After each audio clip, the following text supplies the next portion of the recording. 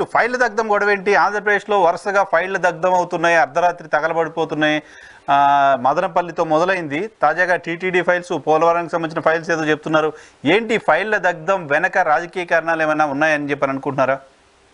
ఫైళ్ళ దగ్ధాన్ని ఒక సాంకేతిక అంశంగా, లేకపోతే ఏదైనా షార్ట్ సర్క్యూట, లేకపోతే ప్రమాదమా, దురుద్దేశమా అనేది పక్కకు పోయి ఇప్పుడు రాజకీయం అయిపోయింది. ఇప్పుడు ఫైల్ దగ్ధం జరిగిన ఆఫీస్ నీళ్ళు ఏకంగా తెలుగుదేశం ఎమ్మెల్యేలు కూడా సందర్శిస్తున్నారు. అంటే ఆడ ఏం జరిగింది, ఊ ఎక్స్పర్ట్ ఎవరు ఏమో కాదు, సంబంధం లేదు. ఇప్పుడు టీటీడీలో ఒక డిప్టీ ఇంజనీరింగ్ సెక్షన్ లో జరిగినటువంటి ఫైల్ దగ్ధం, మదనపల్లి సబ్ కలెక్టరేట్ ఆఫీస్ లో ఏకంగా డీజీపీ గారే వచ్చారు. ఇప్పుడు పోలవరం ఆఫీస్ సంబంధించి నిర్వాసితుల ఆఫీస్ సంబంధించిన దాంట్లో ఫైల్ దగ్ధం, ఇవన్నీ వచ్చినాయి.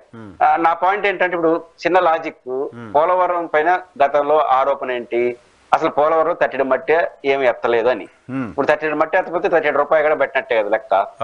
పెట్టిన రూపాయలు మాకు ఏమి మాల్ ప్రాక్టీస్ జరిగేది. ఒక 5,000 కోట్లు 10,000 కోట్లు ఖర్చు పెట్టుంటే దాన్ని ఏదో తినేసినారని చెప్పి అనుమానించడానికి అవకాశం ఉంటుంది. రూపాయి ఖర్చు పెట్టలేదు మనమే అనేసిన తర్వాత ఇంకా దాన్ని రక్తం చేసి ఏం చేస్తారు అనేది ఒక తమాషా ప్రశ్న. రెండోది, ఇప్పుడు టీటీడీలో డిప్యూటీ ఎగ్జిక్యూటివ్ ఇంజనీర్ ఆఫీస్ లో బహుశా ఆయన మీకు మొన్న శనివారం ఆదివారం బేసిక్ గా ఏమవుతుందంటే, ఇక శనివారం అయితే పూజ చేస్తారు ప్రతి రూమ్ లో, వెంకటేశ్వర స్వామి పటానికి పూజ చేసుకుని ఇంజనీరింగ్ ఏ సెక్షన్ అయినా ప్రతి సెక్షన్ ఆఫీస్ చేస్తుంటారు. కారణాలు ఏమైనా, అదేమన్నా ఆ ఫైల్ ఏమన్నా దాని మీద ఏమైనా పడిందా, లేదా షార్ట్ సర్క్యూట్ అనేది ఎంక్వైరీ జరగనివ్వండి. ఇప్పుడు మనం మాట్లాడలేము ఇవ్వద్దని. ఇక నాకు 2 పాయింట్లు ఏంటంటే, ఫస్ట్ పాయింట్, ఎవరు అంటే దగ్ధం చేసినా చేయకపోయినా సమాచారం డ్యామేజ్ అయ్యే అవకాశం అయితే లేదు. ఎందుకంటున్నానంటే, అసిస్టెంట్ ఎగ్జిక్యూటివ్ ఇంజనీర్, ఆ పైన డిప్యూటీ ఎగ్జిక్యూటివ్ ఇంజనీర్, ఆ పైన ఎగ్జిక్యూటివ్ ఇంజనీర్, ఆ పైన సూపరింటెండెంట్ ఇంజనీర్, ఆ పైన chief engineer office, chief engineer office లో కేసు వర్కరు, పిఏ, మళ్ళీ డిప్యూటీ సిఈ, అక్కడికి 8 అయినాయి. ఆ తర్వాత మా టీటీడీ లెక్క ప్రకారం FA and CEO, finance and advisor office, ఆ తర్వాత జేఈఓ, ఆ తర్వాత లా డిపార్ట్మెంట్, ఆ ఫైల్ యొక్క స్వభావాన్ని బట్టి జేఈఓ, ఇప్పుడు అదన ఈఓ ఉన్నాడు మాకు, అదనపు ఈఓ, తర్వాత ఈఓ, ఇన్ని ఆఫీసులు ఉంటాయి. మీ ఫైలింగ్స్ రూట్, నేను రూట్ చెప్తున్నా, అంటే 10, 15, 12 వస్తున్నాయి నాకు తెలిసే. అంటే అన్ని చోట్ల ఉంటాయిగా, ఫస్ట్ పాయింట్. రెండో పాయింట్ ఏంటంటే, టీటీడీలో 100% మీ ఫైలింగ్, మీ ఫైలింగ్. ఇప్పుడు మీ ఫైలింగ్ ఉంది, ఇన్ని ఆఫీసులు ఉన్నాయి ఆడ, ఇది అటు ఇటుగా ఆఫీస్ మధ్యలో deputy executive engineer basic office AE, మధ్యలో దీనిపైన సూప్రమా ఆఫీస్ అంటే ఇన్ని ఆఫీసులు ఉన్నాయి. మీ ఫైలింగ్ అంటే, మీ ఫైలింగ్ మీ దగ్గర కంప్యూటర్ పాల్గొట్టినా టీటీడీ వెబ్సైట్ లో ఉంటుంది. వెబ్సైట్ ఇస్ రిజర్వ్డ్, కాబట్టి సమాచారం పోయే అవకాశం లేదు. ఇది ఫస్ట్ పాయింట్. సమాచారం పోకపోయినా ఫైల్ దగ్ధం ఎవరు చేసి వాళ్ళపైన కఠిన చర్యలు తీసుకోవాలి. నిజంగా వాళ్ళు దగ్ధం చేసే దురుద్దేశం చేస్తుంటే, సమాచారం ఉన్నా కూడా నేను ఒక రకమైన ప్రభుత్వం యొక్క సమాచారాన్ని ధ్వంసం చేయనట్టు కదా, అది మాల్ ప్రాక్టీస్ కాదు, దుందుడు చర్య అవుతుంది, చాలా తీవ్రమైన నేరం. నా పాయింట్ ఏంటంటే, తేలనివ్వండి. వెంటనే వస్తున్న ఆరోపణ ఏంటంటే, ఎక్స్పర్ట్లు చెప్పరు, షార్ట్ సర్క్యూట్ ఏంటో తెలియదు, ఏమీ తెలియదు. వెంటనే ఏం చేస్తున్నారు, మదనపల్లిలో పెద్దిరెడ్డి రామచంద్రారెడ్డి చేయించినాడు, టీటీడీలో ఫలానా 100 కోట్లు 100 కోట్లు పడింది, అది ఎంక్వైరీ, విజిలెన్స్ ఎంక్వైరీ జరుగుతా ఉంది, దానిపై రద్దు చేసినారు. ఇట్లా ఇప్పుడు పోలవరం, ఇప్పుడు నేను టీటీడీ సంబంధించి ఇంకో మాట కూడా చెప్తాను. టీటీడీలో ఇప్పటికే మీలాంటి మీడియాలో వస్తున్నటువంటి కథనాల ప్రకారం ఒక 60 నుంచి 70 మంది ఇంజనీర్లకు విజిలెన్స్ నోటీస్ ఇచ్చింది. అవునా? ఈ గవర్నమెంట్ దీనిపైన కాదు, టోటల్ ఎంక్వైరీ, విజిలెన్స్ ఎంక్వైరీ ఈ గవర్నమెంట్ వచ్చిన తర్వాత. అంటే ఎందుకు ఈ పదం చెప్తున్నానంటే, విజిలెన్స్ అనేది గత 2 నెలలుగా ఎంక్వైరీ చేస్తుంది. ఇది అధికారం, అనధికారికం ఏం కాదు. అధికారికంగా ఆంధ్రప్రదేశ్ ప్రభుత్వం గత బోర్డులో చేసినటువంటి ఇంజనీరింగ్ సంబంధించిన తీర్మానాలు, ఆ పని, వాటికి సంబంధించి రూల్స్ ప్రకారం జరిగా, రూల్స్ అగైనెస్ట్ జరిగింది.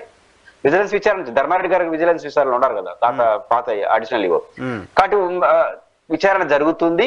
2 నెలల పాటు వాళ్ళు క్షుణ్ణంగా 60-70 మంది 20 మంది నుంచి 60 మంది సిబ్బంది వచ్చారు. వచ్చి క్షుణ్ణంగా 2 నెలలు పరిశీలించిన తర్వాతనే నోటీసులు ఇచ్చారు. అంటే అవన్నీ అలాంటి తీసుకున్నట్టేగా.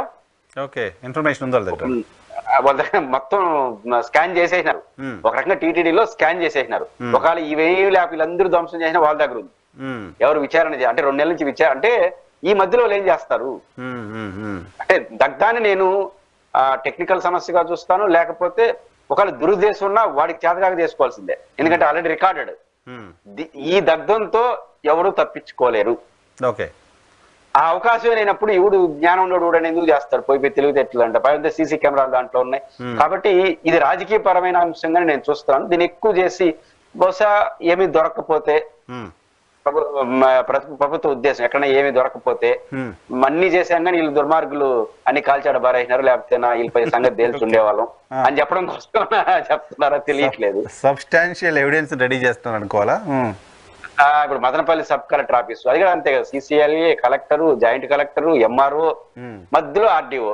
నిజానికి ఆర్డీఓ అనేది పెద్ద పదవి కూడా కాదు. ఈ ఎంఆర్ఓ ఆఫీస్ కలెక్టర్ ఉంటాడు, సిసిఎల్ఏ ఉంటాడు హైదరాబాద్ లెవెల్లో. కాబట్టి రిజిస్ట్రేషన్ ఆఫీస్ ఒకటి ఉంది, రిజిస్ట్రేషన్ జరిగింది గ్రామ పంచాయతీ విలేజ్ రెవెన్యూ రికార్డ్స్ లో అన్నిట్లో ఉంటాయి. రెండు రిజిస్ట్రేషన్ అయిపోయినాయి కదా, వీళ్ళు చెప్పిన ప్రకారం 1000 ఎకరాలు 2,000 ఎకరాలు పెద్దిరెడ్డి రామచంద్రుడు కొట్టేనారని కదా వాళ్ళు చెప్తా ఉండేది. రిజిస్ట్రేషన్ పేరు ఉంటుంది కదా, క్రాస్ చెకింగ్ చేస్తారు కదా. కాబట్టి దగ్ధం చేయడం ద్వారా ఎవరేం చేయలేరు. దగ్ధం చేయడానికి బహుశా రాజకీయ కోణంలో ఇది చూడొచ్చు.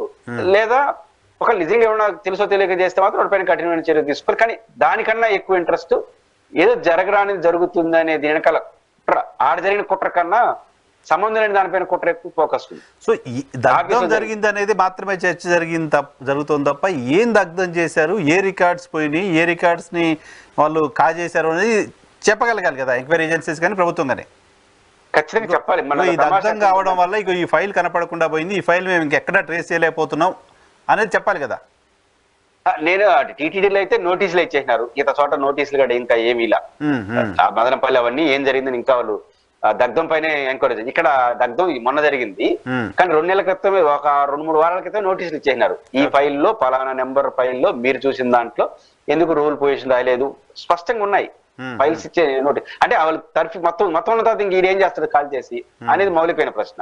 ఇంకోటి మొన్న అప్పుడు మన ఇష్టాలు వచ్చిన మీడియా ఎక్స్పోజింగ్ లో బెస్ట్ ఎగ్జాంపుల్ సిసోడియా గారిని ఏదో ఎంక్వైరీకి వేసినట్టున్నారు విశాఖపట్నం ల్యాండ్ కి సంబంధించి. ఆయన మొన్న నాకు ఆశ్చర్యపోయినాను. అప్పుడు ఎన్నికల సమయంలో ఒక ప్రధాన ఆరోపణ ఏంటి, ఆ రోజు చీఫ్ సెక్రటరీ ఉన్న జవహర్ రెడ్డి గారు 800 చిల్లర ఎకరాలు కొట్టేసినాడు, అంతే కదా 22A ఎస్ఐన్ భూమికి సంబంధించి. మొన్న ఆయన ఏం చెప్పినాడు, ఈ 22A రిలేటెడ్ గా సర్వే నంబర్లు మొత్తం 132 ఎకరాలు రిజిస్టర్ జరిగినాయి అన్నాడు. అది అంటే 132 ఎకరాలు రిజిస్ట్రేషన్ జరిగినాయి. ఆ రిజిస్ట్రేషన్ చేసి మరిద్దరు కొనుక్కోవచ్చు, దాని అది తప్పని కాదు. ఫస్ట్ ఆఫ్ ఆల్ రిజిస్ట్రేషన్ జరిగిన భూములే 132 ఎకరాలు. మనం ఏం చెప్పేసినాం, 850 ఎకరాలు కొట్టేసినారని చెప్పేసినాం ఆల్రెడీ. రిజిస్ట్రేషన్ జరిగిందే 132 ఎకరాలు 22A రిలేటెడ్ భూములని సిసోడియా గారు ఇచ్చిన స్టేట్మెంట్ ఆ పేపర్ లో చూశాను. ఇంకా ఏదైనా జరుగుంటే 132 ఎకరాల లోపల జరగాలి.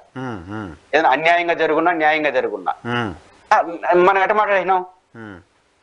తమాషా ఏంటంటే ఒక పత్రికలో చూశాను 132 ఎకరాలు ఆయన చెప్తాడు, కింద చాలా సీరియస్ గా విచారణ జరుగుతోంది, ఇప్పటికే ఆ రోజున సిఎస్ఏ దోషిగా దాదాపు 1000 ఎకరాలు జరిగినట్టుగా మళ్ళీ రాస్తున్నారు కింద. అసలు ఆశ్చర్యపోయింది, కింద మళ్ళీ 1000 ఎకరాలను రాస్తారు, మళ్ళీ ఎకరాలను రాయేస్తున్నారు. అలిగేషన్స్ ఉన్నాయి, సీరియస్ అలిగేషన్స్. ఏం చెప్పాలి, నువ్వే రాస్తే వాటిలో ఏ ఎంక్వైరీ ఆఫీసర్ చెప్పిన 132 ఎకరాలు రిజిస్ట్రేషన్ జరిగినాయని. ఇంత దారుణంగా మనం మాట్లాడేసిన తర్వాత కాబట్టి ఉపయోగం ఉండదు.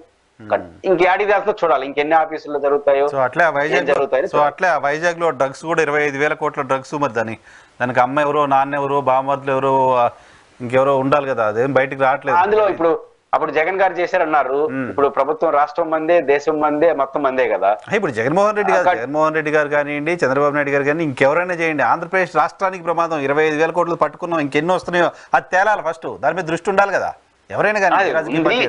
ఉంది, దాన్ని తేల్చండి. సిబిఐ సెంట్రల్ సమస్య ఏంటంటే చాలా సమస్యల్ని సెంట్రల్ గవర్నమెంట్ ఏజెన్సీలు ఆన్సర్ చేయట్లేదు. అంటే విచారణలు చేసుకుంటున్నారు కానీ తొందరగా తేల్చి. ఇప్పుడు కోడికత్తి కేసు ఉంది, ఎన్ఐఏ వాళ్ళది, రాష్ట్ర ప్రభుత్వానికి ఏం సంబంధం లేదు. 10 సంవత్సరాలు అయినా మీరు బట్టి దాన్ని ఏమి ఎస్ఆర్ నో చెప్పలేదు ఇంతవరకు. మీరు పాటికి రచ్చగా కొట్టుకుంటున్నారు, మీరు కారణం అంటే. అంటే ఏజెన్సీలు ఇన్ టైంలో చాల్చకపోవడం ఇది ఒక సమస్యగా మారే అవకాశం ఉంటుంది. కానీ ఫైల్ దగ్ధం మాత్రం రాజకీయ మంటగానే చూడాలి. ఓకే.